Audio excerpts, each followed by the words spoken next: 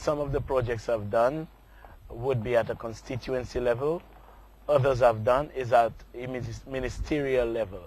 Let me first say the city of Castries extends up to the Shock Bridge, and it falls under the jurisdiction of the Castries City Council, which falls under my portfolio as being in charge of local government. That bridge was in a dilapidated condition for a very long time, and obviously it was an eyesore. I indicated to the persons at Castries City Council, the mayor to be exact, that I needed the bridge repaired and painted, and so this was done. This marked the commencement of the numerous projects that I have essentially implemented in my short tenure as a minister and as a district rep. In St.Lucia, we have paved the roads that the residents complained of so much. I remember during the campaign, the residents indicated to me that for a number of years, they had been literally begging the authorities to have that piece of road resurfaced, and no one acceded to their request. It was against this background that I told them, look, it would be a matter of urgency or priority. If and when I am elected, I will ensure that this is done, and no sooner had I assumed office, I embarked upon fulfilling the promise in that respect. St.Lucia now, the given area has been resurfaced, and the residents are indeed very well pleased. Black Stars, that road had been left unpaved for a while. A contract had been awarded and nothing seemed to have been done. And as soon as I assumed office, I ensured that mechanisms were put in place for the implementation of that project, i.e. the paving of the road. I remember having a political meeting at Mondidor, to be exact, under the bus shelter. And I mean, the shelter itself was there in a very dangerous fashion. It stood there, it was something, a structure which in my humble view would have collapsed at any given point. It lent itself to even causing personal injury. So what I did, I told the residents, if and when I'm elected, I will ensure that a new bus shelter is constructed on their behalf. And no sooner again was I elected, I approached the Taiwanese, and they were very, very cooperative. They have assisted me tremendously. They have financed a number of projects, and this is one of them. They also financed the refurbishment of the Rose Hill Community Center. The Rose Hill Community Center was not reflective of a forum where persons ought to socialize.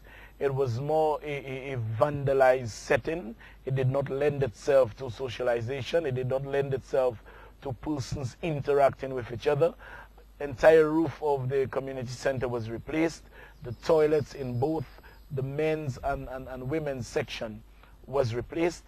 The whole place was tiled, the place repainted, and now it looks, in fact, a child said to me some time ago, Mr. Frederick, you make the toilet in the community center look like a home toilet. You know, I was indeed, you know, appeased by that, I must say, because even the child recognized that they needed facilities in a better condition. Still at Rose Hill, we have done all the drains at Rose Hill, and quite recently, again, the Taiwanese agreed to finance the repaving of the road at Rose Hill.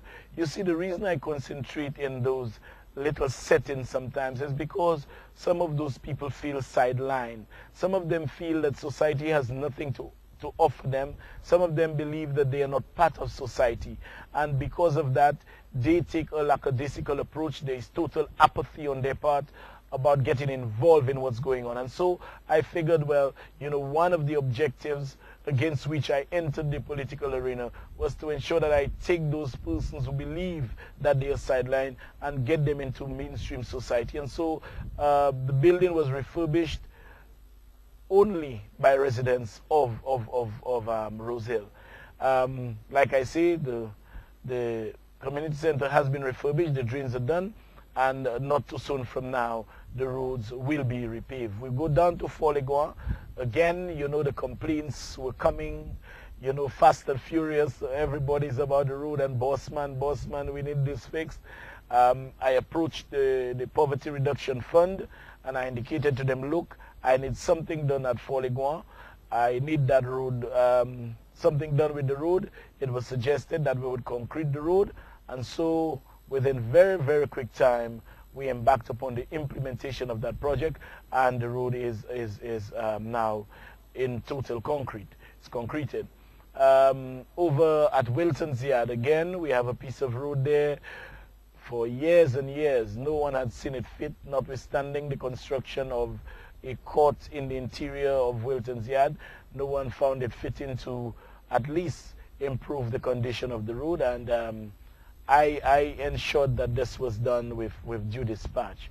So things are happening. I'm trying my utmost to operate both at a ministerial level and as a representative level in delivering, the obligations placed on me as a minister, and of course the expectations. I will not be in a position to fulfill all expectations within the immediate future, but what I'm saying is, my people can rest assured that I will do my utmost in ensuring that I deliver on the promises that I made to them.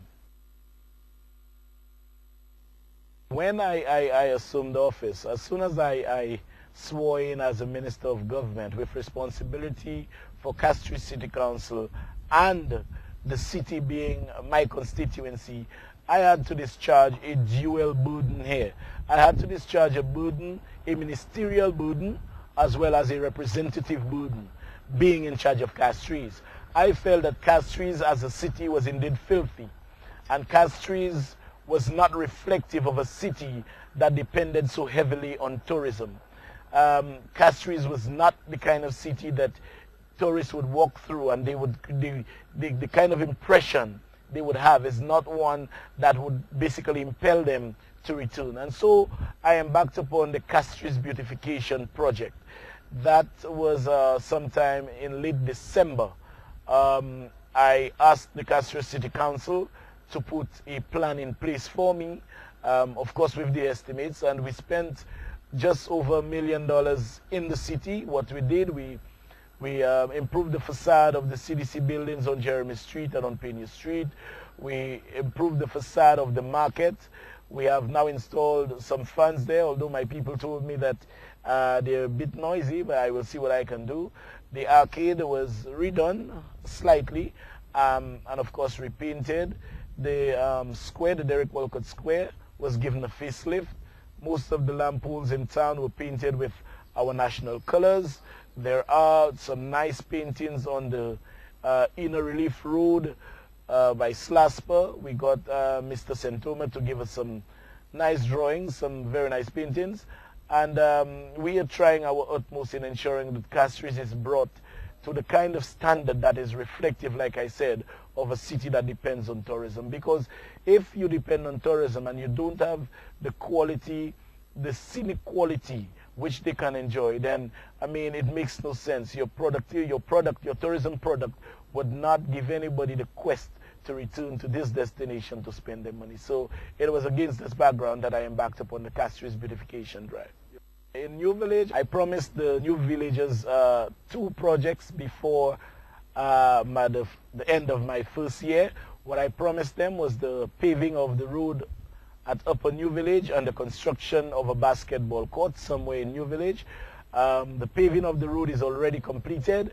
I have identified 2 possible locations where I can build the court in question, the basketball court. So that decision has to be made by cabinet to acquire one of those properties, and very, very soon that project will be on its way. National Housing Corporation is directly under my portfolio. I walked into that place, I made inquiries as to the number of houses that had been built in over what period, and I was indeed amazed. I asked about the properties that National Housing had at their disposal for the construction of housing, and I was indeed surprised that they had little or no property at their disposal, notwithstanding many letters had surfaced that requests were made by the relevant authorities at NHC asking government to vest certain lands in them for the construction of dwelling houses. Part of that, one of that properties was Marigo, and I figured, well, okay, let us move in that direction almost immediately.